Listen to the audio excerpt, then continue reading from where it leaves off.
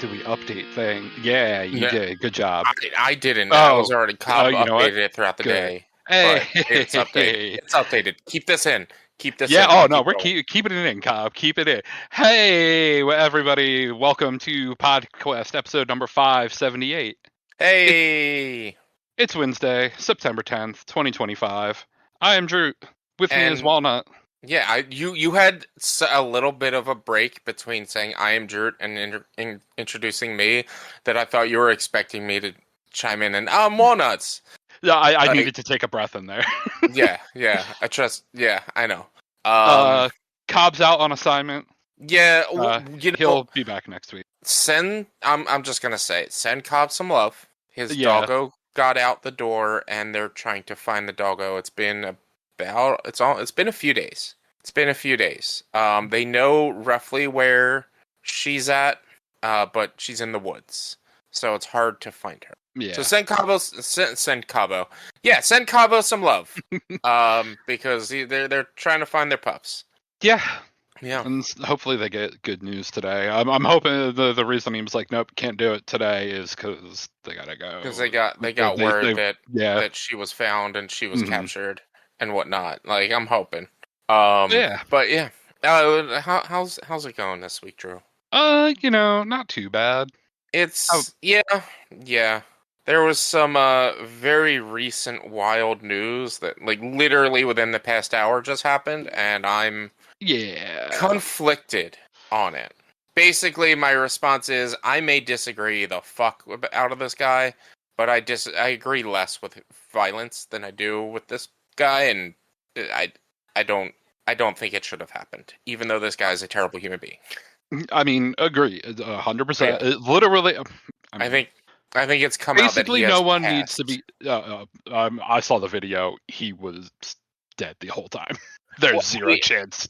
Yeah, DeFranco posted a video as like today, and he posted it like just as it happened, or shortly after it happened. But the video was fully recorded already, and so he's like, "We don't have a lot of news about it, so I'm just gonna say our hearts go out to his family and him. Hopefully he recovers, but as of right now, his status is questionable." But yeah, I mean, what I saw was like, he's not surviving that. But yeah, I stole what a friend posted. I don't condone violence, but I'm not going to mourn him. Yeah, no, absolutely. Like that is, and you're fine to not mourn someone who was a bad person. I feel the same about his passing as I did Hulk Hogan's passing. I don't care. Yeah. I'm not happy about it. Right. I'm not sad about it. I don't. But his is more of a it shouldn't have happened. Than Hogan's was a heart attack, I believe. Yeah. Whereas his was a shooting, and it's just like that shouldn't have happened. It just shouldn't have happened. Yep. But on better and brighter things, we got a show to do. And so we're gonna get a little. We started to talk pre-show.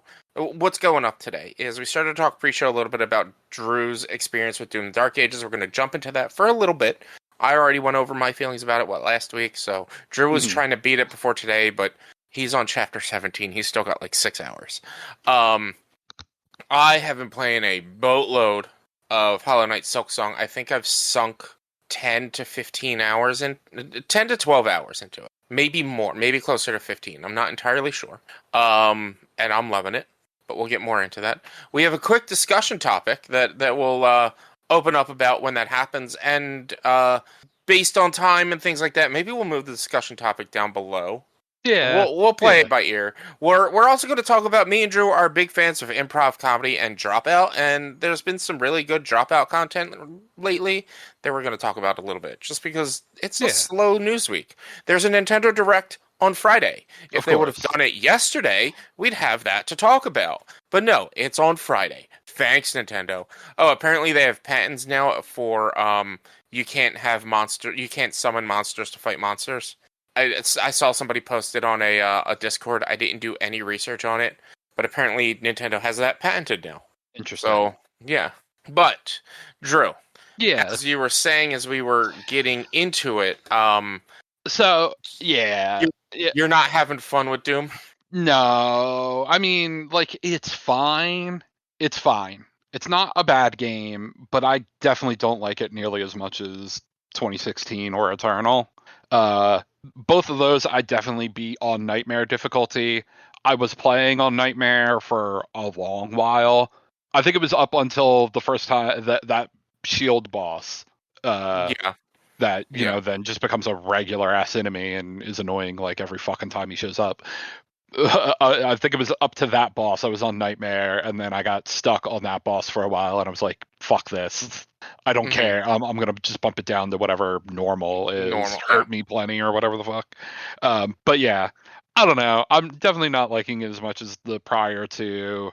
It almost sounds like it's just a mediocre game. Yeah, like, like what is its Metacritic score? Because I bet it's gotta be not like 50 or 60 or 70, something like I'll that. bet it's in like the 70s, which is like, yeah, like. Wow, it doesn't even have the Metacritic score over on Google. Oh, wow, it's 83 on Metacritic, which is, I mean that's not overly high. Unfortunately, with American standards of grading, which is how video game grading gets hit with, an 83 is like a C like a plus. Is a low B, high C. Yeah, it's a low B. So, okay, so Game Informer gave it a 9.5 out of 10. That's a shock for me. A 9.5 is a little much. IGN also has it at a 9, which that's high. I think that's like I would put it at like a 3 out of 5, a 2.5 out of 5, maybe even. Yeah, 7 out of 10, like something in that. Like it looks good. The music at times is very good.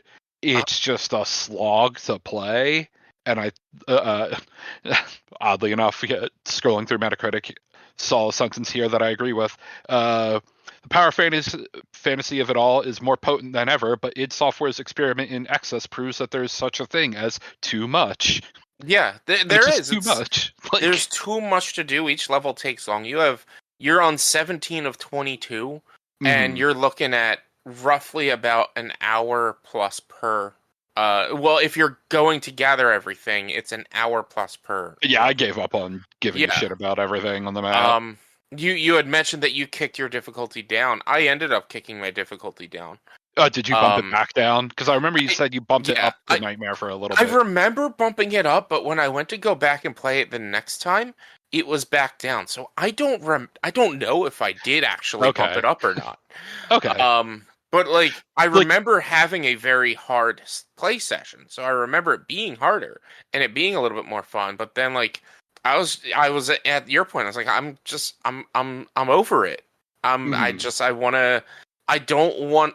It's not enjoyable enough to be hard. Right. And honestly, I still feel like some of the combat can be hard on the normal difficulty, but even on Nightmare, some of them were just like, this is just broken. Like, unless I figure out the exact puzzle they want me to do to kill these things in order, I don't know how I'm going to get through this fight. Yeah. It's some of the combat just gets so insane. Did you fight the guy in the chair yet, the big fat guy? No. Okay, so you're in the in-between still. Maybe. Did you go into the belly of the beast yet? I think that's literally where I... Okay, yeah. Ended. So the unfortunate thing about the game is the most fun combat you get is at the end of the game. Is like the last few bosses are the more fun bosses. Like, yeah, I mean, I believe it. And that's what sucks is like I wish, to be honest, in my opinion, I wish there was a unique boss in each level that was that fun. That would have helped the game out. But because it's an arena style game where you eventually fight the bosses as normal enemies, they can't make every boss unique because they have to be winnable in a normal situation afterwards.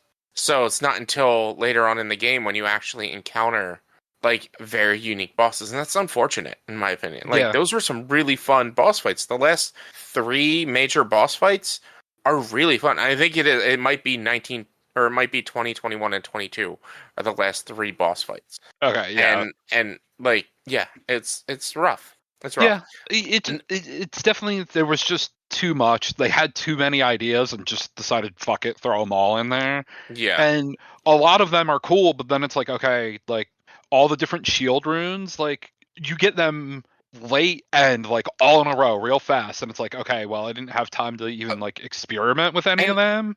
And Like, the worst part is they don't work on melee attacks. yeah, So like it's only on the last two bosses are parries. primarily melee parries. And so you don't actually get to use your special abilities. Half the game is locked out because you also throwing your shield just bounces back at you. It doesn't lock them in place. And so it's like they limit all of these fun things that you can do, and you just can't do them. So yeah, it's weird decisions. Weird decisions. Yeah, like I don't think the amount of guns is too much. Maybe all of them didn't need a secondary version. I don't know. Not all of them got a secondary version. The chain shot didn't. Okay, is that's the only one that doesn't? It's the only one that doesn't have a secondary, which is kind of weird. I loved the chain shot. It was one of my favorite weapons. Oh, it is. Yeah, it's pretty cool. Fully upgraded, it's really strong because like if you're parrying, if you're blocking, you're getting that instant like full charge attack. They're great. But yeah, there's too many weapons. They're not too many, but some of them were unnecessary. Yeah, I mean, I feel more it's the melee stuff that is like unnecessary. It's like, just give me the one thing. Just let me just like have me have had the flail from the beginning, or just stick with the punch. Like, I didn't even need it. I didn't know there was going to be a third melee weapon. Like, why the fuck did I need a third one? Yeah. So, yeah, I'm going to finish it. It's not such a bad game that I'm like, I'm not going to finish this game, but it's a letdown from the prior two. Yeah. I can believe it. And the third melee weapon sucks. Like, it's a one-hit attack. Yes, it has a slight AoE and will refill all of your ammo, and it's like a one-hit kill for most enemies, but it's still like... it does seem like it does a lot of damage, so at least it has that. It does have a lot of damage, but like, I don't know, I told you last week, or when we talked about it last, like, the best combo of weapons I learned is the flail with the accelerator. You can basically non-stop shoot the entire time. Because if every hit you do with the flail, you're getting ammo back. And the accelerator gets stronger the longer you shoot it. It's just... I didn't stop shooting for the whole time. It was wild. But it sucks that it, like, for you, a long-time Doom fan, you're just not feeling it. To me, it's incredibly weird that it got a 9.5 and a 9s. I don't think it's worthy. And I'll be honest, I love some heavy music. The music didn't really do much for me. Because it didn't really, like, it didn't bring me in much. Like, it just ended up being noise to me, and that's it. It didn't really fit. It's less notable than the music in the prior two, especially 2016. The music in Doom 2016 fucking rules. Like, that music is amazing. This music is like, oh, hey, oh, look, listen, the music happened. Okay, it's pretty cool. Move on. Yeah. Whereas in 2016, it felt like, oh, you walked into a room and the music kicks in, and you're like, all right, let's fucking murder some aliens and demons and shit. This one, it's like, oh, fight's happening, right? There's music. Yeah, pretty much. And it's the music would kick in when the fight's happening, and it would end when the fight's done. And I'm like, all right, cool. I mean, that is how it is in 2016 and Eternal, but like I said, it really felt like, especially 2016, it was like, oh shit, all right, let's go, it's party time. Like, it's gonna be fun, shit's gonna start going crazy. Yeah. All right. Anything else about Doom? Nah. Like I said, I'll finish it and probably not have anything more to say. Yeah. So real quick, I found I'm just gonna, are you in the Google chat? Yeah. All right. I shared a link to a Forbes article. And it is, Nintendo just landed a summoning and battling patent. Interesting. And I'm gonna read right from the article because I didn't get a chance to like really look into it.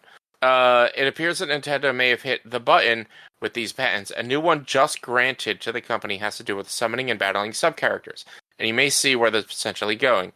Spotted by Games Fray, here's what the new patent covers. there must be a player character, console, or other. Oh, there must be a PC, console, or other computing device, and this game is stored on a drive similar to the storage medium. You can move a character in virtual space. You must be able to summon a character. They call it a sub-character, by which that they mean it's not the player character, but for example, a little monster such as a Pokemon, the player character has at its disposal. Then the logic branches out to with items and being mutually exclusive scenarios before reuniting again in an item. This is so for the items is about summoning the sub character in a place where they already another character that it will then fight when instructed to. For the being mutually exclusive scenarios, the alternative scenario is about summoning the sub character at a position where there is no other character to fight immediately. And then before reuniting, the final step is about sending the sub character in a direction, then letting an automatic battle ensue with another character. Not clear whether this is even needed. That just goes into more legal jargon. But yeah, apparently Nintendo has like some sort of patent for summoning monsters or summoning things out into a field where they will auto fight because most probably a lot because of ZA coming out and they wanted to patent that system. But it sounds like Nintendo going to be Nintendoing, and they're gonna look at Pal World, and they're trying to add this patent so that they can get more against Pal World, even though it's been out already. Like they're just trying to patent everything because they think they own battling monsters, which that is a unique, like, I don't know. I understand the idea of a Pokeball is a little bit to them, but at the same time, it's like, come on, let people, like, Digimon doesn't have Pokeballs, so we can't use Digimon as an example, but, like, Pal World is not Pokemon with guns. Pal World is Arc with Digimon. Arc with Pokemon. And it's just, there's a lot of this is because of Pal World. It's frustrating. Nintendo going to be Nintendoing a lot lately. But I don't know, Cobb, if you just want to share that link in the final episode, I don't want to get too far into it. I'd have to read more into it, and I don't want to do that. Yeah, it'll be interesting to see what happens with it. Yeah. But, we can maybe discuss it more when there's more information out about it next week. This article posted like hours ago. Like, it was very fresh information. Posted at 10 o'clock this morning. So, but beyond that, guys, I don't know if you know of this game called Hollow Knight Silksong that just released. It's from this indie team called Team Cherry. It crashed stores. It crashed the Nintendo Store, Steam, and the PlayStation Store with people trying to buy it. They were getting error messages when they were trying to buy it, apparently. Which is great.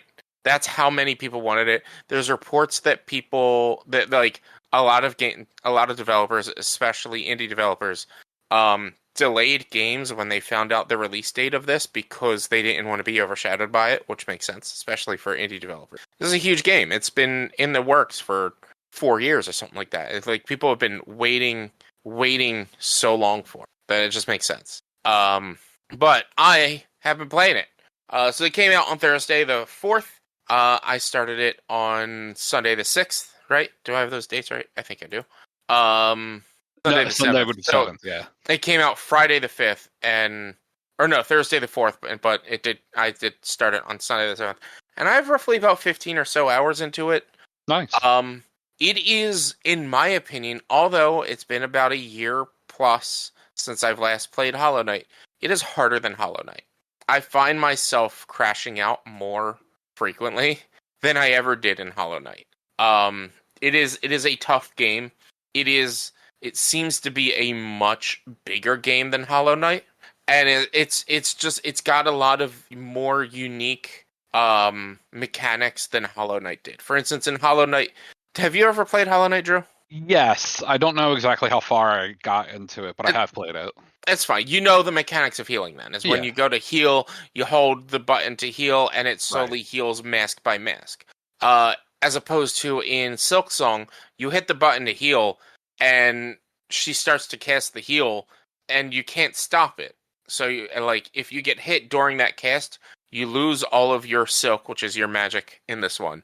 and you might not have healed at all. It's not even like you heal slowly. It's you either heal three masks or no masks, basically. So like they changed that mechanic up. There's also she gets different combat styles or fighting styles based on the crest that she's wearing. So far I've unlocked 3. You start with the Hunter, and then you get the Reaper. You can find the Reaper, the Beast, and there's also one called the Traveler, which I have not found yet. Okay. The Traveler is basically playing as the knight from Hollow Knight. It's like basically that mechanic, whereas everything else, all the rest of them are like they're each their own different unique combat styles in a sense where like if you're using the base one, which is the Hunter, you're down. If you're jumped in the air and you're down attack, she does an angled strike. Whereas if you're using the Reaper and you're down attack, it's a wide arcing strike below you. And then if you're using the Beast crest, your down attack is actually like a forward progressing, like rolling strike. Which is like, it's interesting to see because a lot of this game, and it didn't really play into a lot in early Hollow Knight, so you might not have really experienced it. But in later Hollow Knight, there's a lot of bouncing off the enemy with your sword strikes, or bouncing off of spikes with your sword strikes underneath you. So that's where like the difficulty in this comes in with Hornet, and her Hunter style is a angled downward strike. So there's a bit before you get the Reaper style or even the Traveler style where like you have to understand when to hit that angle. And what I learned is if you just get right on top of whatever you're trying to hit and then hit it, you'll bounce from it. You'll hit it with the initial run of the bounce. Because like there's a lot of areas, and like this game is wonderful at like not holding your hand, which is why I love these games. It doesn't hold your hand in mechanics. So I missed an entire area early on because I didn't realize I could attack a thing and bounce off of it. It wasn't until later in the game when I like did bouncing off of some other objects that I was like, oh, I wonder if I could do that here. And went all the way back and did that. And I was like, that makes sense now. Makes sense. So it just does a wonderful job at like just letting you learn how what the mechanics are as you play, and it's not just sitting here teaching you the mechanics or forcing you to use the different mechanics. It's a Metroidvania, so you unlock different abilities as you progress. I've not gotten double jump. Apparently, you don't get double jump till very late in the game, but you do get like a glide and a wall jump and things like that, which is normal in like Metroidvania style, action style games. I did get the wall jump and the wall grab, and I don't know what I just unlocked this thing where it's just like playing of like a violin. They call it the needle-in, and you pull some silk and you pluck it to play some music, and it opens up doors and things like that you can run into. And I just unlocked that at the end of my last play session, so now I have to go back through everything, which I already had just done because I unlocked the wall jump. I went back through the entire world checking things out. And now I have to go back through the entire world again so that I can use the needle-in, which is great. It makes the game more fun because I'm like, all right, what did I miss now? What do I have to go look for again? So there's only certain doors that I can get through using that. So I'm excited to check that out. This game is it's been ever since, like, I've been wanting it to come out, and like even at release, it was just like on my mind immediately. And I said this on my Discord. I was like, I'm not playing it for the next 4 days, and it's probably a good thing because my dreams are Hollow Knight. So I need a break. But I then spent an hour and a half watching a video today of the complete lore and history of like the world of Hollow Knight. And it's incredibly fascinating, like everything that went into this world that I don't know even after playing the game twice. Like it's because it's like Souls style where like you learn things from reading the grimoires and the lores that you get from hunting killing monsters and stuff like that. There's not a lot is like directly told to you, and a lot of it is implied.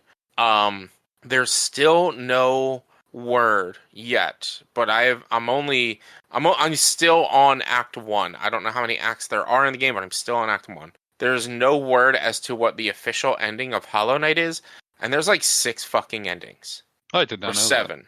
Yeah, so it's progressively the more you do to get closer and closer to 100%, the more endings there are. And then some of the endings didn't get unlocked until after the DLC came out and stuff like that. And I didn't even realize that like 2 of the endings are locked behind what's it called? Are locked behind doing the Tower of Gods arena. God Home, I think is what it's called, which is a boss rush, and it's like you're segmented to fight every boss in the game, including harder versions of the last 2 bosses, the Hollow Knight and the Radiance, which is like the true Radiance. And they've not announced a true ending. They've turned around and said that like we want the players to interpret what your true ending is. There's one ending that's not the true ending, and that's for sure. And that's because one of the endings, Hornet gets locked away, and obviously you can't do that because Silk Song is all about Hornet, and it takes place in the future. It takes place after the events of Hollow Knight. As far as we know, at least. I don't know. I don't think they've really... To this point in my play, they have not really explained where we are in time, but I believe it's post Hollow Knight, because most of Hornet's life leading into Hollow Knight was her just protecting all of the bug village that you're in Hollow Knight. So, and it has to take place after, in my opinion. But yeah, it's so good. It's fun. It's hard. There are some hard bosses. They're actually releasing a nerf for one of the bosses that I finished yesterday, which to me is one of the easier bosses. It only took me like 4 tries. But then there's another boss, which was a bonus boss, and I didn't actually have to do it then, and I didn't have to do it when I did it, and it's probably a little underpowered. That took me like 100 tries. And I'm just like, man, that boss kind of needs the nerf, but it's an optional boss, so that it shouldn't get nerfed. The boss that I fought that like I thought was weak, which was Sister Splinter, she's a mandatory boss. You have to fight her to unlock the wall jump, and you need the wall jump to progress the story. So they're nerfing her, which is weird. Another boss they're nerfing is the Moorwing, which is a boss that I tried like 5 or 6 times. I was like, all right, I don't think I'm ready for this. I'll come back. And then I completed a side quest, which brought me up to right where the Moorwing's arena is. But the Moorwing doesn't spawn when they're there. So I actually can't fight it until I progress the story more to get them to move and then go back there. Which is like, all right, I mean, that's an easy way to skip this part of the game. They didn't need to nerf that either. I don't know why they nerfed it.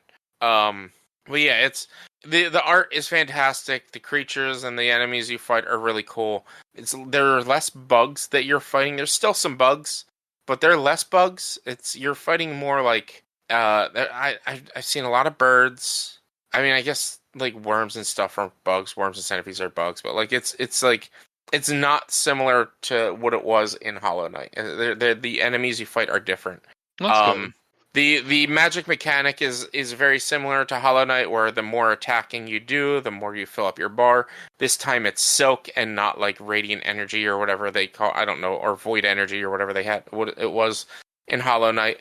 And there's some cool abilities. The primary ability that you see everyone using is an area AoE that like hits a circle around Hornet. And then there's one thing I have to remember to use, and one reason I'm not using it is because the number of buttons you have to press is only 2, but it's still the number of buttons you have to press in order to use it. There's tools. So it's like you can throw daggers or set traps and stuff like that. I forget to use them all the time. And it's just like, it's not like I'm not thinking to use them. And I've yelled at myself. I have clips of me yelling at myself, use fucking traps, you idiot. Like, it's a main point of the game is to use some of these traps and some of these tools that'll give you your ranged attacks, and I'm just not using them. Because you have to, in order to use them, you have to hold up and your magic attack button, up and right bumper, at the same time. You have to hit them both at the same time. But it's like, well, I need to move left and right. So if I'm going to press up and then hit the button and then keep moving, like, to me, it's just, it doesn't really, I get what they were going for. These are things that you use at range. These are things you use when you're away from the enemy and you're not really dodging a lot. But it's still like, it's two buttons, and one of them being a direction is too many buttons to hit to use an item in a game like this, if that makes sense. Because, like, I mean, I'm always going to be holding up if I'm, like, jumping around. Even though you don't need to hold up when you're jumping around, I'll probably always be holding up or left or right. But, like, and it's just, it's weird. That's, like, the only real complaint I have about it is, like, the use of tools just doesn't really click with me. And I don't know if there's a way to, like, change that at all. Probably not. There might be a way to adjust controls, but I don't know. Yeah. I don't know. I haven't really messed around with controls. Everything else seems fine. It's funny though, because like I really should try to get used to using control stick with this game, but it just doesn't feel right. D-pad it's a platformer. I would probably, I would be using the D-pad as well. I'm pretty sure I used the D-pad when I was playing the Hollow Knight. So yeah, and it's the same with like Celeste. I was using D-pad with Celeste. But it's like you get more fluid motion, I feel, if you're using the control stick. But a lot of the attacking you're doing, like if you're in the air, you're generally going to be doing the down attack. So like to have to click the stick down or point the stick down while still trying to move, and it doesn't, I don't know. I feel like with some of the maneuvering and movement, you should use a control stick. But for combat, it's like D-pad just feels better. Well, yeah, I'm enjoying it a lot. I'm having a lot of fun. I posted this, and we talked about this last week. I always struggle with playing brand new games on stream because my viewership tanks because either my viewers don't want to be spoiled or there's so many other people playing that game. But at the same time, it's like, well, then I'm being spoiled if I don't play it. I'm gonna see spoilers, and I want to experience it brand new. So I was struggling to figure out, and I'm like, you know what? It's fine. I'll play it. I don't care. And I was right. My numbers are low when I'm playing this game because everyone who comes in is like, hey, I'm going to lurk because I don't want to be spoiled. I'm like, thanks.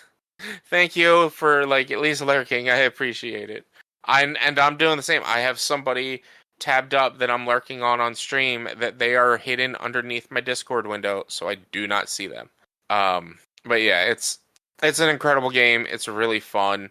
The art is amazing. It's just it took me a bit to come back into like the style of Hollow Knight, and I'm having a lot of fun playing it, and I want to play it more. I really do. Like I considered when we were done with this today to play it again, to jump in and play some more on stream. That's how much I'm into it. And I'm also already planning my 5-year stream anniversary for June next year around Hollow Knight now. Okay. What I'm planning on, and I think this will be fun, I don't know, is like, so the past couple years it was like, for the first year it was every donation or whatever was a new star that I had to get in Mario. And then last year it was an additional Pokemon I was allowed to catch in Pokemon. This time it's every donation and whatnot is a life. And so you donating and subscribing adds lives that I'm allowed I have. And if I run out of lives, I can't play the game anymore and it's game over. But some of the stretch goals would be to do some of the bonus content. So like one of the stretch goals, say 5,000 points, would be to just unlock me having unlimited lives in Hollow Knight, and every life, and just playing the game normally and beating it. And every life after that's added would be added to Silksong, and then having to play through both Hollow Knight and Silksong. Or then like at like say 7,500, it unlocks me having to fight Radiance, which is the final boss. And say 10,000 unlocks me having to do the Path of Pain, which is a really hard platforming segment. And like 12,000 or 12,500 bits or whatever would unlock me having to do the arena or doing like the true final ending and stuff like that. And like the more we get after a certain point of like all right, your lives are unlocked. You can just play the game without having to worry to die, will add to what I can unlock, what I have to do in Hollow Knight, and then go move on to Silksong with however many lives I have at that point, and do the same thing. Unlocking certain points would give me unlimited lives or whatever secret bosses or whatever may be in the game at that point. So I'm like, I think that would be really fun to see if like we can beat the game with limited lives, or if we unlock the unlimited lives or whatever. And like I'd have to mess around with the ideas and numbers of it and whatnot, but it's just something I was like, man, it would be fun to do something like that. Yeah, that could definitely be a fun idea. Or just a general boss rush. Like, I have to go fight all the bosses. There's not a lot of bosses in the game, but there are a bunch of bosses. So I don't know. I'd have to figure that out as well. I don't know. I'm playing with ideas for it. But, like, it has me excited to do this. Because, like, the Hollow Knight is a fantastic game. It's a game I always think about. And I'm like, I'm upset with myself that I, to this day, have not defeated Radiance. I tried back a couple years ago when I was playing it. And it just... I just didn't beat it, but at that time I was only playing the game once a week. Where like now it's like I'm like, if I just dedicate full time to it and like full on streams to it, maybe I'll learn it and beat it. I think at this point I think I have a little bit more patience for games. Back then I didn't really have a lot of patience for games, and that was only like 2 years ago. I think I have a little bit more patience. But yeah, I'm loving Silksong, guys. Play Silksong. If you liked Hollow Knight, if you like Metroidvanias, you're gonna love this game. Definitely go play it. But all right. So Drew, I'll give you do we want to move on to talking about Dropout, or do we want to talk about this discussion topic that I came up with? Let's start with the Dropout, because right. I don't know how long we'll talk about that, and then we'll see how we are time wise. And okay, yeah, we can always give you a discussion for later. It's probably better to keep a discussion for later, because Dropout's more timely. So, for anyone who doesn't know, we've talked about Dropout in the past. There was the episode, the original cast recording of Game Changer, where it was musical improv, basically. Yep. Well, they have recently, within the last 2 weeks, I believe, wrapped up the season finale of this season of Game Changer. I believe that was also the season finale of Parlor Room. Was the Blood on the Clock Tower. I believe so, yeah. And they added a new show that are all incredible. And so I was like, well, let's talk about like these finales. So I mean, well, let's go with Game Changer first. So for anyone who doesn't know what Game Changer is, it is Taskmaster before Taskmaster. It is a game show where every game is different. The players go into the game not knowing the rules of the game, and they have to try to win.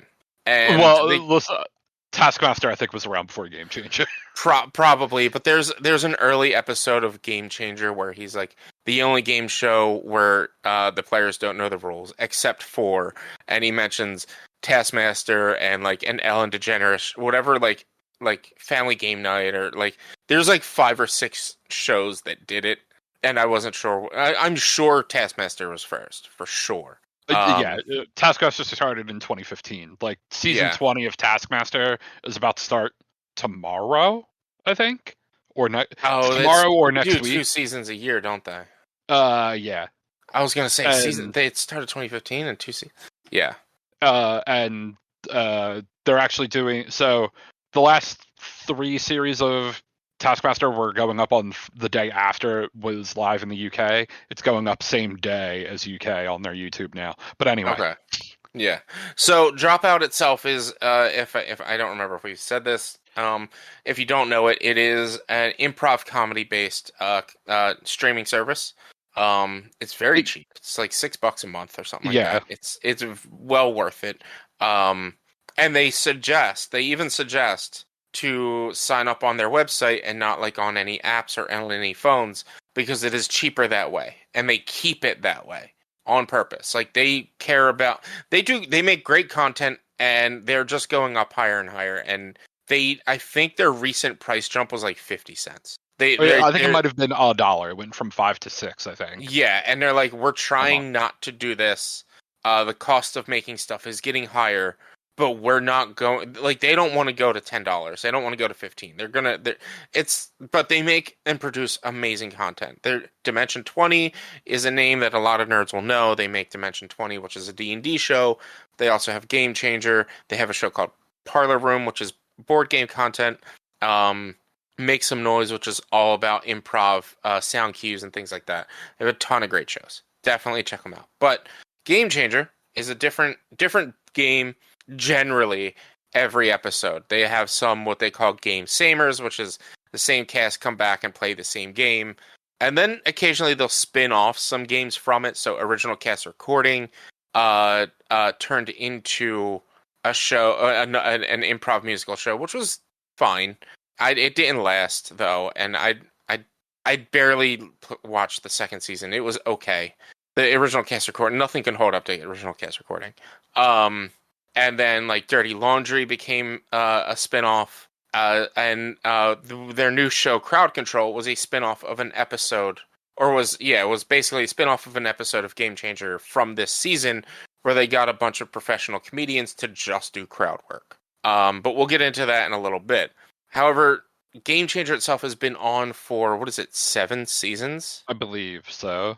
Let me look it up. 7. 7 seasons. This is the end of season 7.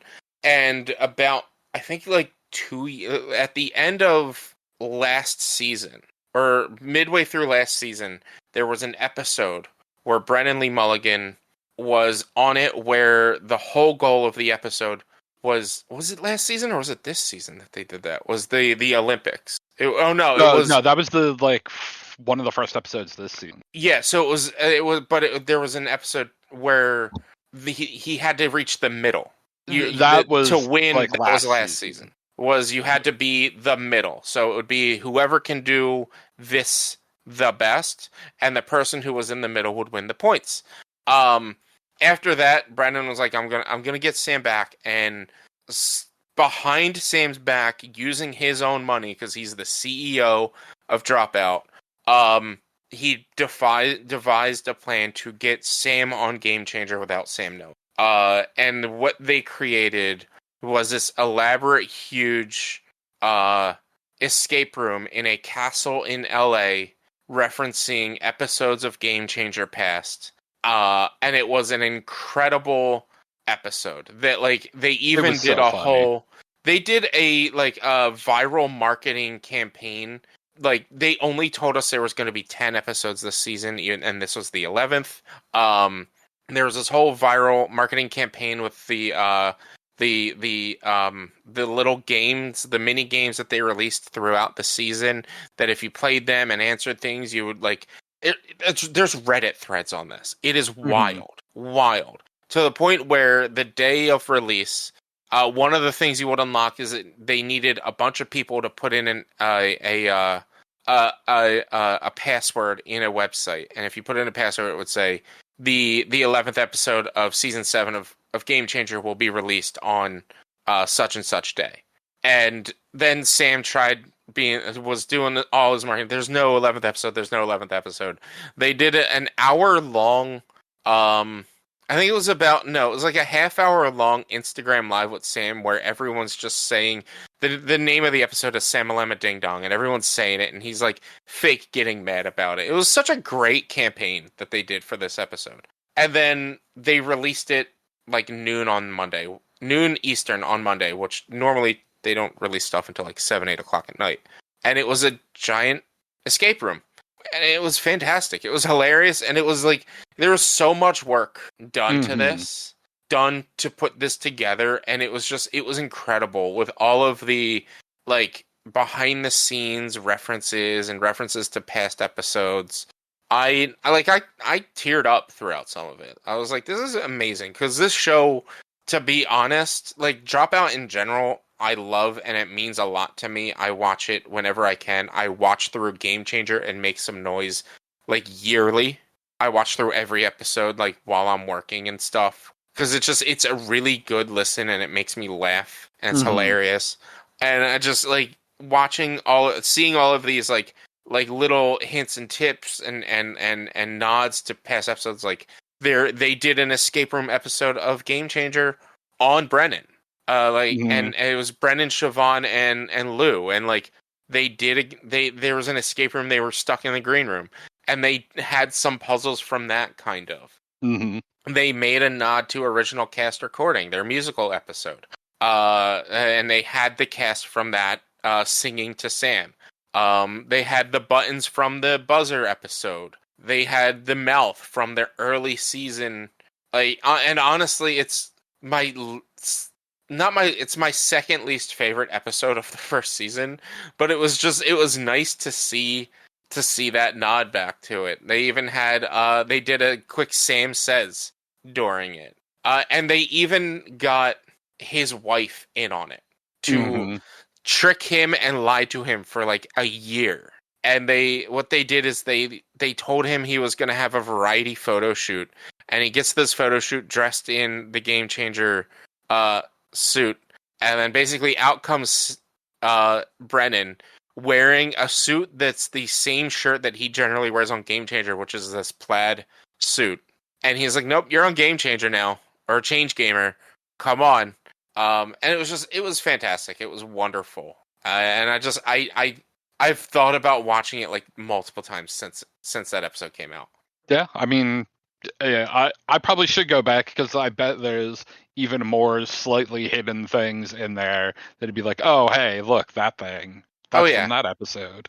Oh yeah, for sure. Like, I'm sure there's like even the first room itself it seemed to me like it had a bunch of different puzzles he could have solved and worked on, and I'm wondering like what all of these puzzles were. Like, what were all of the game designs for each of these puzzles? And like the best thing about it is like Sam makes up games just to be funny, and the rules of the games are silly, and there's generally subjectivity. Like, it's something he's talked about on Make Some Noise, where it's like, or Brennan's talked about on Make Some Noise, where he's like, I don't like the subjective rule, the subjective points system in this.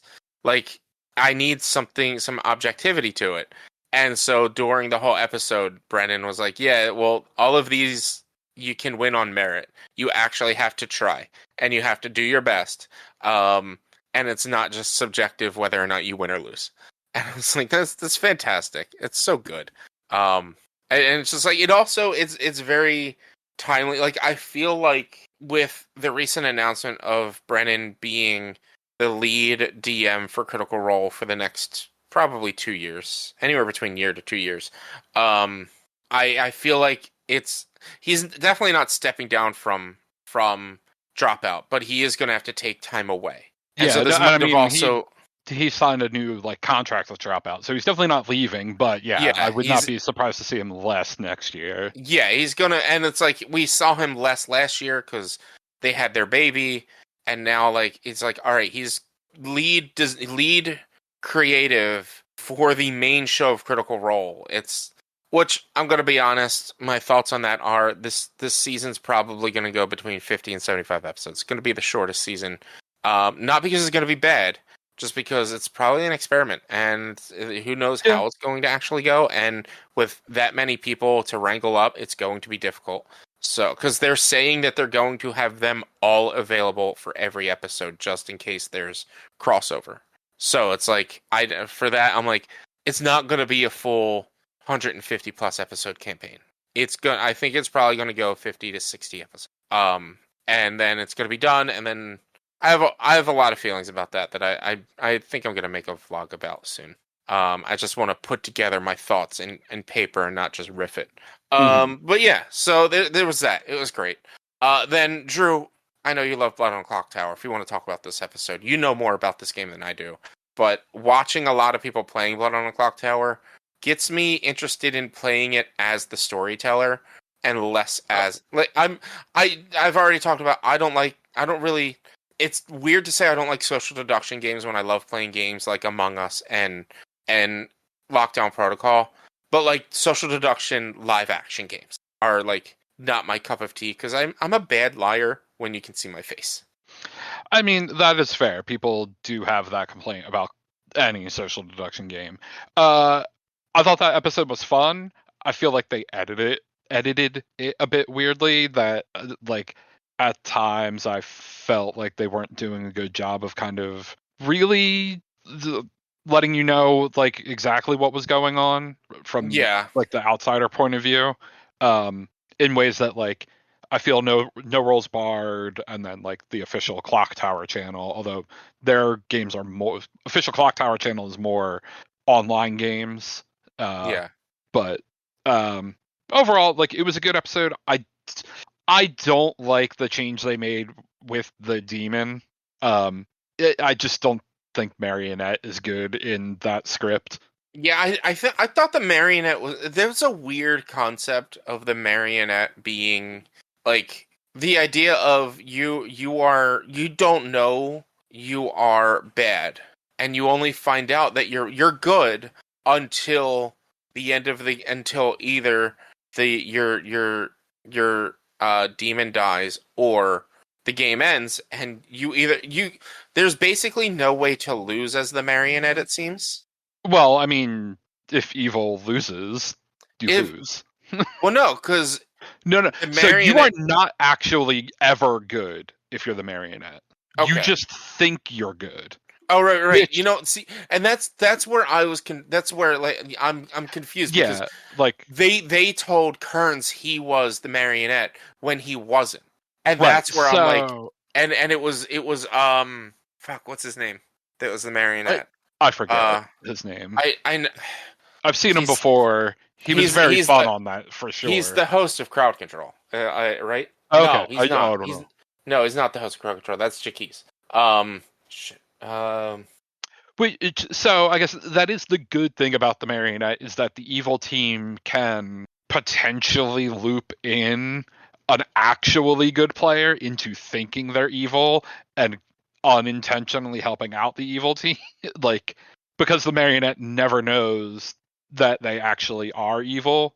Yeah. But the risk to it is if you can't make the good person believe they're the Marionette, they're going to now gun for their two neighbors, because the Marionette has to be sat next to the demon, which I forget what character the person that they told was the Marionette that actually was, but so Kearns was he was the mayor, I believe. No, Kearns wasn't the mayor. That was Amy Vorpal was the mayor. Yeah. Kearns was I don't remember what he was.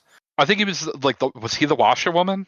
Yeah, he was the washerwoman. Okay, which so works out. That's a good thing to potentially lie to. I mean, I guess at some point the washerwoman probably could get confirmed information, which would then make them go, "Oh no, I'm not the Marionette." Okay, if I believe one of them is actually evil, kill them. But they only get information at the very beginning of the game, so if anything throws off the information they have at the beginning of the game, they can easily believe, "Oh yeah, I'm the Marionette," because this doesn't make sense. Yeah. Demi is it Djibouti? Djibouti? Yeah. He was the actual Marionette. Yeah. And he was the seer, right? Or whatever. Or the fortune teller. The fortune teller. Which is like that. This is why I don't like the idea of the Marionette, because he was getting false information. He didn't know he was getting false information. Like, it's like I like the idea of the poisoner, or the drunk who thinks there, but like the drunk is still a good character. Right. Like, if the good wins, they win. But he thought he was good, and he was playing for the good side the whole time. And that's what I don't like about that role. I'm rooting for the wrong team to win. Mm-hmm. And that's, I thought it was weird. Like, it's an interest. Like, I understand why they did the Marionette, because Sam is the puppet master, and so they wanted to do all that. I understand all that, but like that imp, it just wasn't I don't like it. I don't like the idea of that imp in general. Yeah, the Marionette to me feels better in games where there is more reason for the evil team to not potentially know who's on their team. Like, and he, I think the biggest thing is I don't like that there was Marionette and drunk, because now there's a good player that might not know that they're not what they think they are, and an evil player that won't know what they was there a drunk? I believe, yeah, I'm pretty sure. Who was the drunk? I don't think anybody in the game was the drunk, but the drunk was on the script. Yeah. So having them both there meant like you couldn't even figure out, oh, I am actually the marionette, because I checked the same two people twice in a row as the fortune teller and got different answers. So something has to be wrong. Like, yeah. But otherwise, like I said, there were slight things about their edit that I had to change. Like, just kind of, I don't know that it had broken up into 2 episodes. I don't mind that they broke it up into 2 episodes, but I agree with the whole edit, because like at the end of the first episode, they turned around and were like, "Oh, there's 2 people claiming demon," and you didn't know who was actually the demon as the viewer. And I feel like you should have known who the demon was as the viewer. Like because I believe it's Becca's own channel. They're trying to make a full series of this, and I think they were signed for like 8 episodes. They were able to do a Kickstarter for 8 episodes, and that's like one thing they do is like, hey, if you want to play along, close your eyes, right? Or like skip, and that's what they. But like obviously, this is not Becca's channel. This is this is Sam's channel. This is Dropout, so they had to do it differently. Kearns owns Dropout, so it's not a surprise that Becca has a show because they're married anyway. But like, I'm surprised they don't just put Blood on a Clock Tower full time on here and maybe get rid of the Sam of it all. Because I know there's a lot of improvers and a lot of comedians that people would love to watch do this. I would to be honest, I would love to watch the cast of Critical Role do some Blood on a Clock Tower. Yeah, it would be amazing. But just cut out the whole like the whole branding of it. Cut out the Sam and just make it normal scenarios and stuff. I hope they do more, and I hope they take out the. I like it for the one-off of it having the Sam, but I think they should do more and not change any of the like actual stuff how it is. Yeah, play the game, but. Also, if my brother ever does another game night that he gets a shitload of people to, we're gonna play Clock Tower, I would absolutely like have you come like co-storytell with me for a game, and then try to run storytelling, because I love storytelling in that game, because it's like being a DM in Dungeons and Dragons. Like, you're not playing against the people. You are. The storyteller's role is to listen in on what everyone's saying, and at the times where there are things that the storyteller may have to make a decision on, do the thing you think would be best to make the game last as long as it can.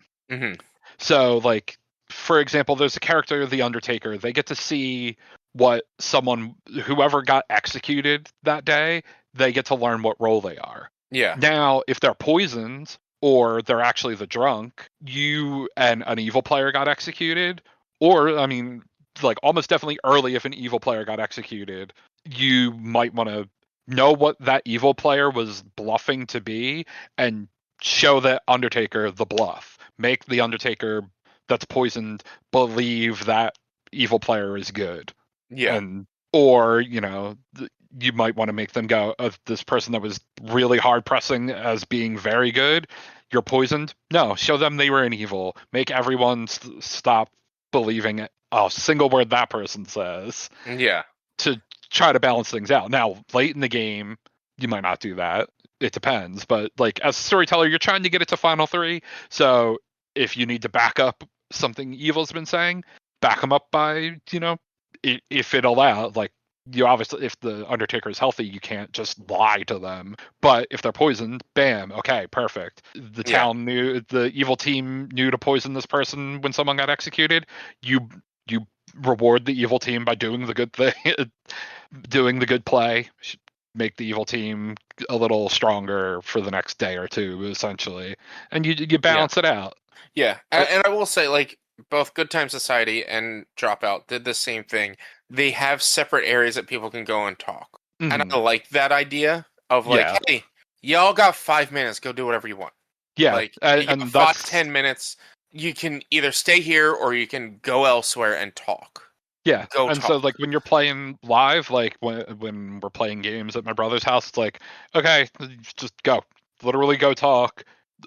Don't just walk into someone else's conversation. Like you can, if you see two people talking, you can like walk till you're just out of earshot, and maybe wave and be like, "Can I come in?" Or unless you're the storyteller, then you're literally like you should be just barging in on people's conversations and just like you don't say anything, but go, oh, what are you guys talking about? Yeah. Okay. Like it's had me thinking of seeing if I can put together and finding a way to put together like even a bunch of streamers online to figure out a way to do like an online playthrough of Clock Tower with a bunch of there are free websites to do it on. I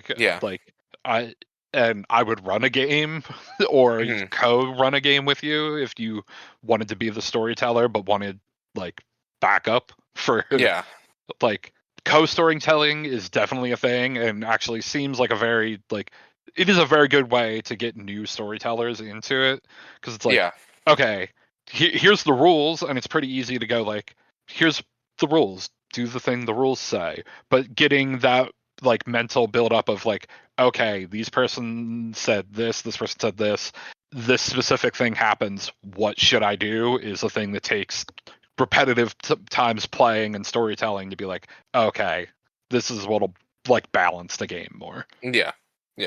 But yeah, I thought they were good episodes. Yeah. I agree. There's some little minor editing issues or minor like storytelling issues, but overall, they're like it has made me more interested watching a lot of these places play. Like I've tagged even. I believe Smosh did a Blood on the Clock Tower, Smosh Games episode, that I think I might try to watch as well. So they have a Blood on the Clock Tower. So if you're a fan of Smosh, like they have an hour-long episode of Blood on the Clock Tower. I'll have at to least watch one. That. They have two. Apparently watched one. So yeah, like if you like Smosh, you'll like that. There's apparently another. There's a witch thing, and then like I said, Viva La Dirt League is doing a Blood on the Clock Tower play. They just started. I like watching it. I don't know how I'd feel about playing it, and like even like I would feel a little slighted if I were like the drunk, and I wouldn't be happy to be the drunk because then it's like, well, I was playing my role properly, and I got bad information, and I don't like that. And like it's like I don't know if I would ever play with the drunk, but at the same time, like it makes fun scenarios to play with the drunk. But me getting the drunk, I would kind of hate that. You're not wrong. Like it's tough, though. The thing is, like there are certain times where, like, if you, depending what you are, if you figured out you are the drunk, you can basically take any information you've gotten and flip it and be like, oh, okay, no. I got told this person was this person was this. It's all wrong. That person's actually the evil one. That's the good one. You can work around being the drunk depending what you are. Yeah. Or some, you figured out, oh, I'm the drunk soldier. Like, cool, whatever. It doesn't matter. Yeah. But yeah, it was good.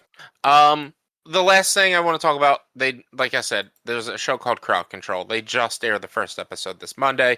It's stand-up comedians doing crowd work, and so like it's broken up into several rounds. The first round is just they have an audience and they see people and they comment on the audience, and then round two is just like the Crowd Control episode of Game Changer.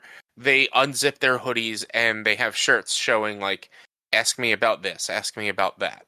And so it's like one of them was like, well, a person was a DM and that they're a dungeon manager, so they run like a BDSM dungeon, and stuff like that. And so the comedians like have to do crowd work on what these people do or why these people are like interesting or not famous, but interesting and what they can talk, what they like have on their shirt. Then the third round is red flags, like they did in that episode, and so it's like one of them was famous. One of the red flags was famous famous family member and ended up being a serial killer. Another one was, and it was it was a red flag. I think it was a red flag. Was that they gave themselves a circumcision. They burned themselves to have a circumcision. Oh, wow. And his story was, and he was like 13 or 14, I think he said, and he just got like some hot chocolate or coffee or something like that. And they're in the car and they're driving home and they hit a bump. He might have been a little bit older. They hit a bump and the car it falls. And he was like out skiing and stuff, and it goes into his ski pants, into his underpants and everything, and burns his beanie. Okay, that's yeah. And the comedians have to make jokes about it and laugh and be silly about it. And then the final round, Jaquise will give them like, hey, here's how you have to, here's how your set has to be.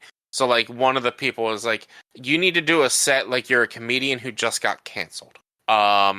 Or for Brennan's, it was like, you are not allowed to explain lore. You're not allowed to use big words. You're not allowed to be smart, basically. And the cast for the first episode was Bob the Drag Queen, Brennan Lee Mulligan, and I can't remember the girl's name. I've never seen her before. But it was the most I've laughed in such a long time. Okay. It was incredible. It was hilarious. Like, I worry that, like, the show is going to... I don't worry about that the show is going to be all bitty and all about bits. But, like, I worry that they may slowly run out of content based on who they can get as crowd members. Like, yes, there's a lot of interesting people in the world, obviously. Mm-hmm. But there's going to be an eventuality where, like, they may have to rehash on old audience members, or they may run out of people that they can call into the general LA area to record an episode. Right, yeah. Like, it's interesting to see, like, who some of these people may be. Like, one of the red flags was, it just said NDA. And so I guess the whole point of that was like, hey, let's focus on this guy to see if we can get him to break his NDA. It was hilarious. It was so funny. Her name was Leah Rudick. Leah Rudick. I don't know who she is. I've never heard of her before. But she was the other contestant. It's hosted by Jaquise Neal, who is hilarious. I love him. And it was a great episode. I thought the episode of Crowd Control on Game Changer was great, and they were a bunch of comedians I've never heard of before. And when they said that they were making release the trailer for a show based on that episode, I was like, this is going to be a hit. Like, this is a fantastic episode. But yeah, I highly suggest it. It was great. It was hilarious. It's a great show. If you have Dropout and you like comedy and crowd work, because that's like, if you're scrolling through Facebook or TikTok or whatever, and you're seeing comedy bits, generally you're seeing crowd work bits. You're not seeing their live sets. Occasionally you'll see their actual set, but most time you're going to be seeing comedians doing crowd work. And that's what gets a lot of the clicks, because sometimes that is like the most unique part of somebody's show. The rest of the time it's like, well, they can't really share their set because that's a set that they're trying to set up or touring with. They don't want to give it away. But crowd work, such an easy way to make some content. Yeah. Yeah, it was a good show. I love Dropout. God, it's such a worthwhile streaming service. Agreed, for sure. Yeah. But yeah, that's really all I got on that stuff. I've been watching a lot of D20.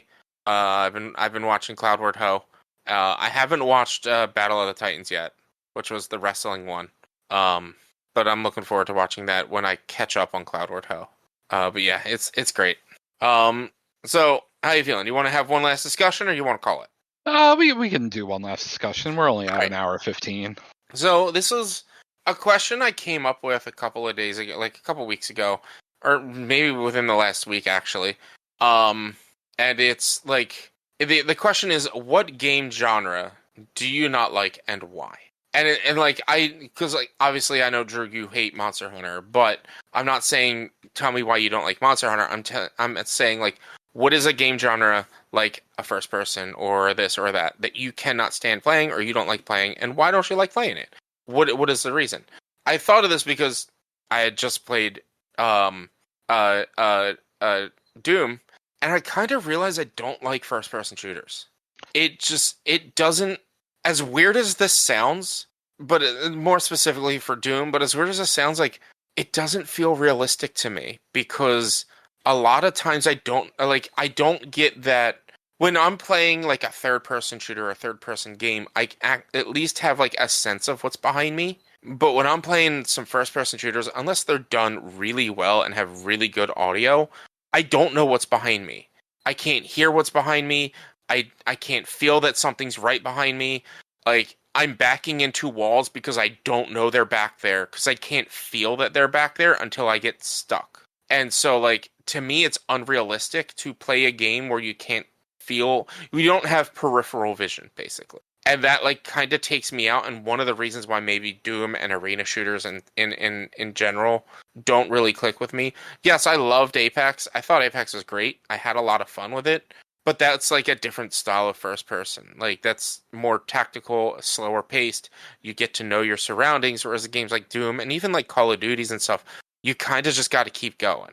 And so, like, I was like, what are some game genres that you don't like, and why don't you like it? Like, to me, it's first persons. I've realized I can't really get fully into first persons anymore. It just doesn't feel good to me. Yeah, I mean, that is definitely a thing, for sure. I can't argue with that reasoning at all. I'm trying to think if there's, like, just an overall genre I don't really like, because I can't...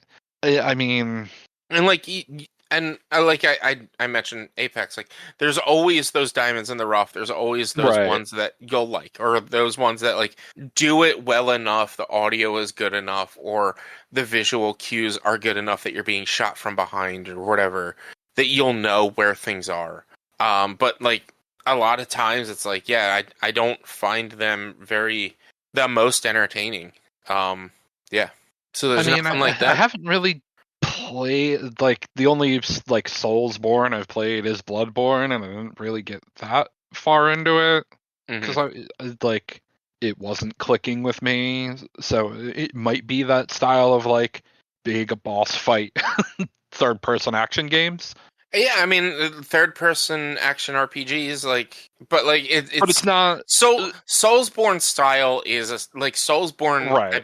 I feel as if, because there's a lot of games that mimic it and imitate it in one way or another. Soulsborne is a genre at this point. Yeah, it's been long enough that Soulsborne is a genre, and to your defense, and much to my chagrin, I guess I could say, I could understand kind of considering Monster Hunter in that kind of tier as well, because it is that, like, general slower paced combat that is tactical, but it's generally the big bosses that the thing that you're worrying about, and having to redo those bosses a bunch of times to learn them or to beat them.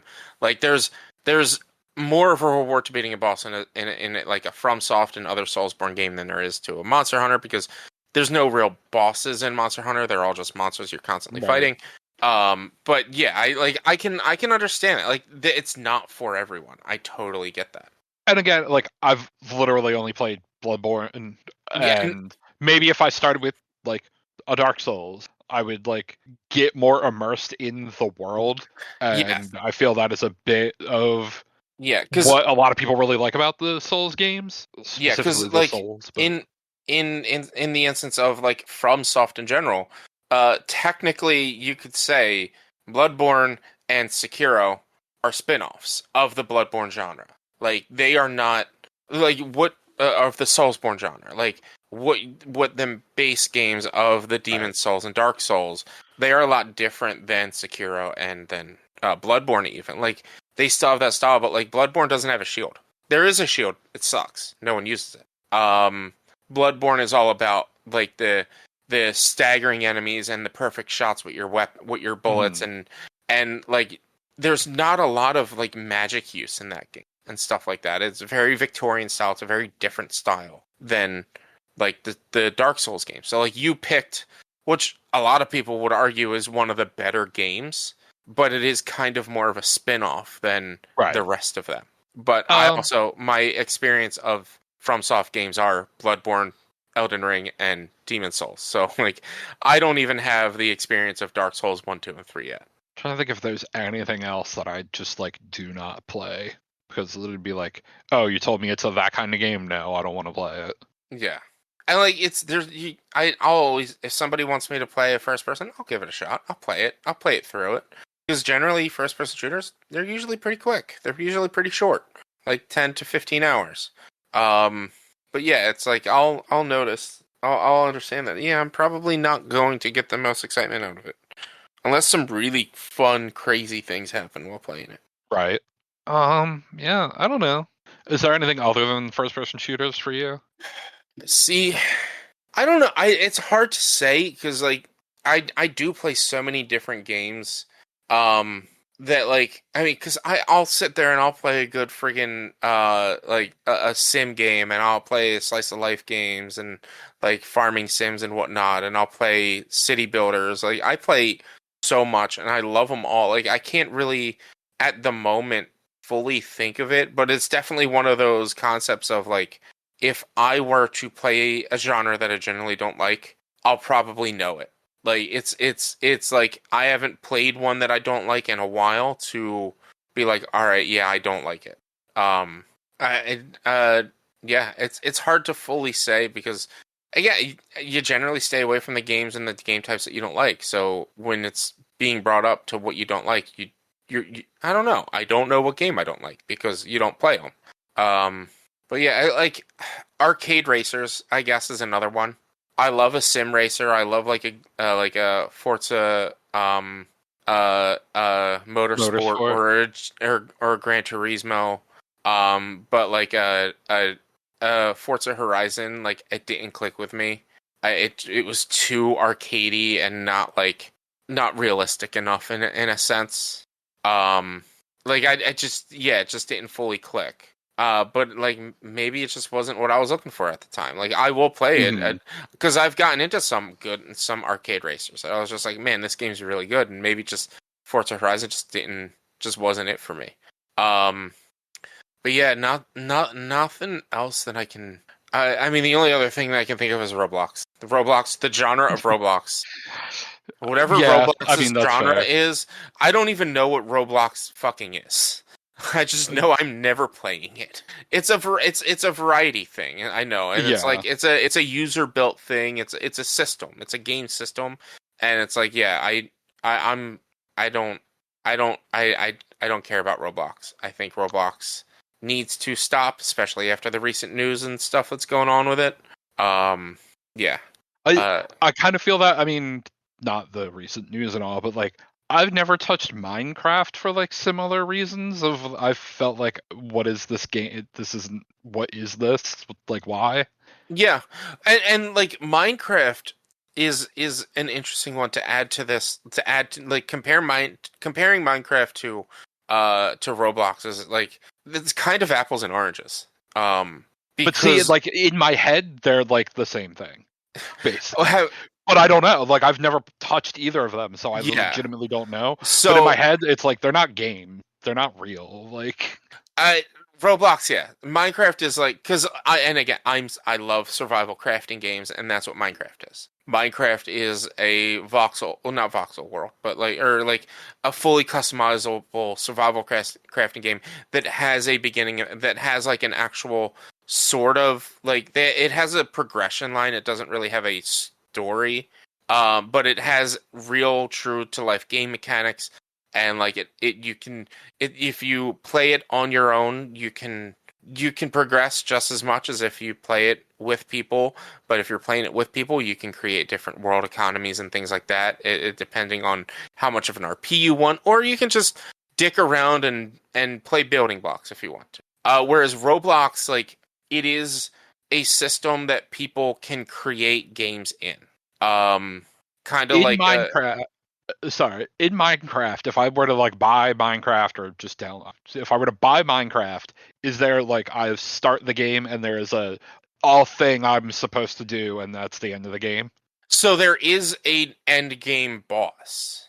Okay. It doesn't tell you. I mean, Yeah, like it's that's not going to more than I thought Minecraft was. Yeah, so there's the quote end game boss is the Ender Dragon.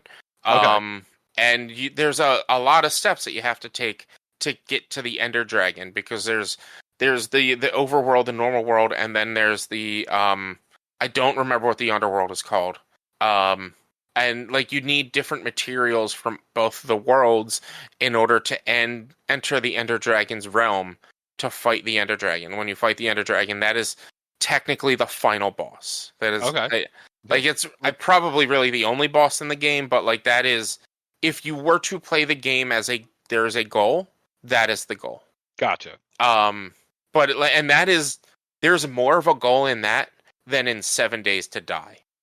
7 Days to Die is just survive, and every 7 days there's a horde. There's an actual like end game final boss. There's speed runs to get to the Ender Dragon. Like that is, whereas like I don't know if there's fucking speed runs for Roblox. Let's see. I'd imagine Roblox speed. That's like it's this thing in Roblox speedrun. Yes, there are Roblox speedruns for many games, including dedicated games like Speedrun 4.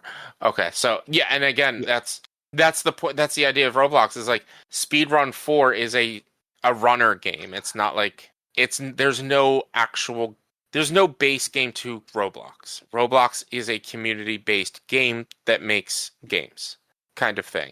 And then there's just a lot of weird people on it, a lot of creepy people on it. Yep. Yeah. So I guess Roblox is a genre of game that I will never play. But like I don't know how much of like a crafter builder kind of person you would be. I've only played Minecraft once, and it was with a friend of mine. We spent 8 hours. We played on just on like whatever the normal like no aggro calm mode, and it was just Minecraft was a vessel for us to hang out in and do stuff while we were chatting and talking. We spent 8 hours chatting and talking while like building a house in Minecraft, and it was cool, and it was fun. And like if we opened it up into survival, that's when like enemies are going to come and attack you, and there's actual like there are things you can do, and there's like there are generated like locations you can go and explore and find stuff in. But yes, there is an overall end goal to Minecraft. But obviously your world's not going to end if you reach that end goal, but there is an end goal that you can get into, and that's fighting the Ender Dragon. Yeah, I don't know. I haven't really played any survival games. I feel like as long as it had like something I'm working towards, I think I could easily get hooked into it. Yeah. Because I mean, on some levels, like or in some way, like I feel like Fallout 3 and 4 especially get that way. 4 even more so, because 4 had base building mechanics, and it's like, yeah, I can get into that shit, but I also need to be like working towards something very specific. Yeah. So yeah, and then with the Fallout games, it's like Fallout is one of those incredibly open games that like, yeah, I think I've talked about this. I played Fallout 3 once and skipped half the main quest by accident. Same. I was just wandering through DC and ended up getting somewhere, and like quest updated, your dad's now here, and I'm like, oh, what? They wanted me to go somewhere else though. It's like, nope, you skipped half the game by just going here first by exploring. Yep. And that's like I straight up wandered into a thing that wound up in a story mission, and was like, oh shit, there went like at least 3 story missions I never saw. Yeah. And that's the problem. Like, I've been playing through on YouTube. I've been doing Oblivion, and I'm like, I normally play these games a lot different, but since I'm playing it as a Let's Play, I'm going to try it like with a goal in mind, and every episode is a goal, and no just random exploration. I've had a few episodes where I'm just like, all right, I have to go to this area, so I'm going to just stop at every dungeon on the way. But for the most part, it's like, oh, I'm actually experiencing a lot more of this game doing it this way than, oh, I just want to run around and see what the hell's going on. I'm experiencing more. Like, I'm experiencing more quest lines, and it's like, it's wild how different this game is if you're like just stick to quests. Yeah. Yeah. Yeah. That's I guess maybe I'm just a hater and have genres I don't like. I could there's probably more. I just can't think of any right now at the moment. And there's probably ones that you don't like that you just can't think of at the moment. Yeah, no, for almost certainly. Like, I don't know that I would actually like survival games or not. Like, yeah. Look, I would say but I haven't played enough to know. if you want to try to dip your feet into survival games and like the idea of survival and crafting, I can give suggestion number one for crafting games, especially for you. Try Dragon Quest Builders 2. Because that's actually like it's a storylined game. It's a storylined RPG with crafting and building. And if you like that and you like the building, then you can like dive into other games. Or for like the survival, if you want to just try a true survival game, my favorite survival game of all time, even though it's getting a lot of like rough talk because they're getting ready to release the sequel, and they still haven't finished all the DLC of the first one.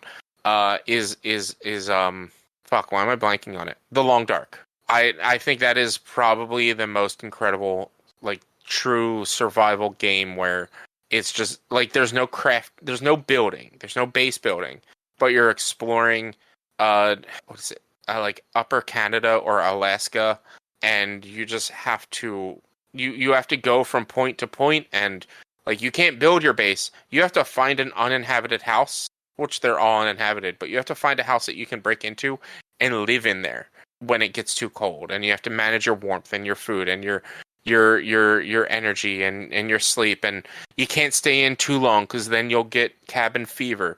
You can't eat predator meat because then you could get worms. There's a lot to it. You can customize it to your liking. It's a game I love, and I've been wanting to play that again too, with the sequel coming out, because there is a storyline to it, but they have yet to finish it because it's all the bonus DLC stuff, and people are not happy about that. Yeah. I mean, there doesn't necessarily need to be like a storyline, but as long as there's like a specific thing, it's not just like live. Yeah, that's the Long Dark is just live. It's live as long as you can. That's all it is. But it's like you can like, all right, it's the resources are finite in each area, and so eventually you're going to have to move on. You can't just stay in one place, and then there's like your food. You have to manage, like, even you have to manage hunting and how much to hunt, and how, like, if you kill, say you kill an animal and you get all the meat, you skin it. You then kind of have to go cook it all right away and then put it outside so that it stays cold, so you can preserve it longer. Because if you put it outside raw, it won't stay preserved as long. And it's like you have to manage the timing of, like, well, how much food do I need? What should I cook? How fast is this going to go bad? Is it worth killing that moose? No, it wasn't worth killing that moose when you didn't have a rifle. That was how my previous series ended, because I killed a moose, or I went to fight a moose, or something. I did something, and I encountered a moose, and it broke my ribs. And I ended up spending about 2.5 hours, real life time, trying to recover my ribs. And what I did is I went to an area that has really good fishing, has a lot around to it, and I would like go and I would fish for 8 hours. And then I would go back and I would rest. But in order to recover your broken rib, you have to do literally nothing for 30 hours. And I didn't realize that I had to do literally nothing. I thought, oh, fishing is not going to take a lot of energy. I'm sure it does when you have a broken rib and you're not actually using a fishing hook, you just have a line. Or no, you have a hook, you just don't have a rod, you just have a line and a hook. But yeah, so I spent like 2.5 hours trying to get these, like, it might have actually been closer to 80 hours of in-game time, and like I cured it after like 2.5 hours of gameplay, and I finally started recording the episode, and I saw the moose that attacked me, and I was like, I'm fucking killing this moose. And I didn't have my rifle with me. Of course. I just had my revolver, and I did kill the moose, but my injuries from fighting the moose, and the getting hungry and the cold got to me before I could get somewhere that I could like rest and warm up in, and I ended up dying. It was my longest running series at 50 episodes, I believe, though. I really enjoyed that series. I really enjoyed doing it. It's that to me. It's another like game that I find it very incredible in a sense of like realism. And yes, and the entire game isn't fully realistic, but it is like it's very close. And it's the idea that like the longer you survive, the more finite the materials and the supplies you may find are, is also just like it's a neat concept of you eventually are only going to be able to survive off of meat. And you're going to have to hunt the meat, and you're going to have to learn how to craft and build like ammo and stuff like that. And eventually your supplies for even crafting and building ammo are going to run out, that you're going to have to get better at using a bow and arrow. And certain enemies and not monsters and animals, you straight up can't kill with a bow and arrow. And you can like adjust the difficulty and make certain things harder and easier. It's very open with the customization, with the difficulty customizations. It's a really cool game. It was free on Epic at one point. You probably own it. Oh, I don't know. I'm real bad about getting the Epic games, but it was a long time ago. It was a long time ago. You might even own it. You probably don't own it on what's it called, on Steam. I feel like so many people I know own it that they don't even know they own it. Okay, definitely. Oh, I actually don't even have the Epic Game Launcher on my PC right now, so I can't even tell you. Oh, yep, nope. So yeah, I don't know. I might. Would I be shocked if I just was like, oh hey, there's free stuff on Epic right now. Let me just go get everything, and that's one of them. No, I wouldn't be. Do I remember doing it? No. Yeah, but yep, that's it. That's all I got. I don't really have anything else. We went pretty long today. 1 hour. It's an hour and a half. It's not that long. We've done longer. We've done much shorter lately though. So you're not wrong. Yeah. It's good to get a slightly longer one out there. Yeah. But anyway, next week there will be the next book club. It was what did wasn't it Boondock Saints? Oh yeah. Yeah, it's Boondock Saints. Because was it Willem Dafoe? Or yes. No, it wasn't. It's Billy Connolly. Yeah. Right? Yes. It's Billy Connolly who was in Muppets to Boondock Saints. And yeah, there's going to be a Nintendo Direct on Friday that will it's an hour long, so it's not an indie direct, it's a legit like new stuff direct. So, not just like an hour of Kirby or some shit. I know they just did that like the other They just did that. So yeah, it's going to be a legit direct, so we'll probably have that to talk about as well next week. And then I'll have more Hollow Knight maybe, probably, not even maybe, probably definitely. And who knows? I might actually watch The Paper this week and have comments on that, because that's the new Office spinoff. But yeah.